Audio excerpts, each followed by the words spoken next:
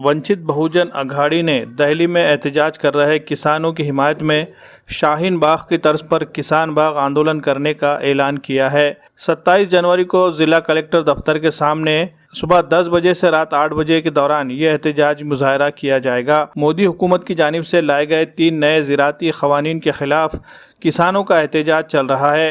पिछले 40 दिनों से ज़ायद अरसा होने के बावजूद किसानों के मुतालबात को हुकूमत पूरा करने के लिए तैयार नहीं है। वहीं दूसरी तरफ किसानों ने भी जिस वक्त तक अपने मुतालबात पूरे नहीं होते अपने एहतजाज को जारी रखने का भी अज़्म ज़ाहिर किया है। पिछले साल मोदी हुकूमत की जानिब से नाफिज किए गए शहरियत तरमीमी कानून के खिलाफ दिल्ली में ख़वातीन ने शाहीन बाग एहतजाज शुरू किया था। उस वक्त पंजाब से हज़ारों की तादाद में सिख भाइयों ने दिल्ली में आकर शाहीन बाग आंदोलन में हिस्सा लेकर शाहीन बाग की ख़वातीन का साथ दिया था। और अब जबकि पंजाब के और मुल्क के दीगर कई रियासतों के किसान अपने हक़ के लिए एहतजाज कर रहे हैं, तो उनकी हिमायत में वंचित बहुजन अघाड़ी ने किसान बाग आंदोलन करने का फैसला किया है। किसान बाग आंदोलन की बड़े पैमाने पर शहर भर में तैयारियां की जा रही है। शहर के मुख्तलिफ मुकामात पर उमूमी इजलास मुनक़िद किए जा रहे हैं। इसी सिलसिले में पीर बुरहान में भी ये जलसे आम का इनेकाद किया गया। जलसे में कसीर तादाद में लोगों ने शिरकत की। जलसे में मेहमान मुक़र्रर के हिस्से से मुख्तलिफ मिली और समाजी तंजीमों के ज़िम्मेदारान को मदऊ किया गया। वंचित बहुजन अघाड़ी के रियासती तर्जुमान फ़ारूक अहमद ने अपनी तकरीर में किसान बाग आंदोलन के मकासद को उजागर किया और कसीर तादाद में लोगों से इस एहतजाजी मुजाहरे में शरीक होने की अपील की। किसान जो अपनी ज़मीन को अपनी माँ का दर्जा देता है, उसको उसकी माँ के दामन से अलग करने का, यतीम करने का काम ये कानून से होता है।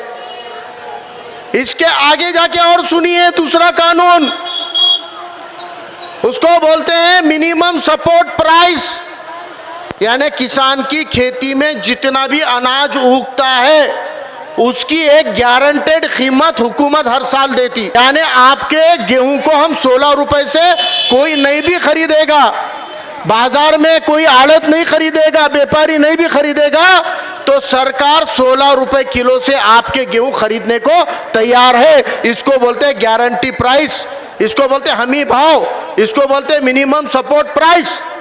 और मिनिमम सपोर्ट प्राइस के वादे की वजह से अहमद भाई ने 30-40 क्विंटल गेहूं पैदावार कर लिए। 40 में की 10 क्विंटल घर को रख के 30 क्विंटल बेचने को मार्केट में लाए। और व्यापारी आके अगर उनको बोलेंगे 12 रुपए से दो, 14 रुपए से दो, तो अहमद भाई बोलेंगे चल हट, 16 रुपए से तो गवर्नमेंट ही ले रही ना, तो तेरे को 14 से 15 से क्यों दूं? और अहमद भाई बोलेंगे 16 के ऊपर दे रहा क्या, 18 दे रहा क्या, 19 दे रहा क्या, 20 दे रहा क्या, तो बेचता हूं।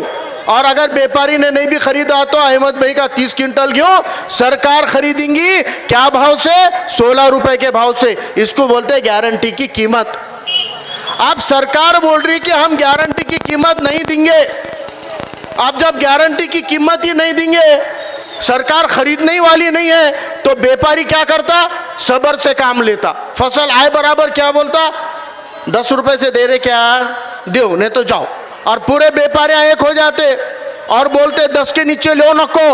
अब जो भी आ रहा 10 से दे रहा क्या? जिसका घर का कोई पेशेंट दवाखाने में है, जिसकी बेटी की डिलीवरी है या जिसके बेटी की शादी आने वाली है, वो 10 रुपए के भाव में भी अनाज को बेचने के लिए मजबूर हो जाएगा और आने पौने भाव में अपना गेहूं बेच के निकल जाएगा।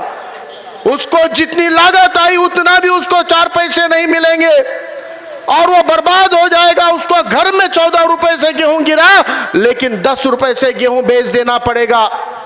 इसमें किसान का दूसरा नुकसान है और वही हमें काम करने की जरूरत है।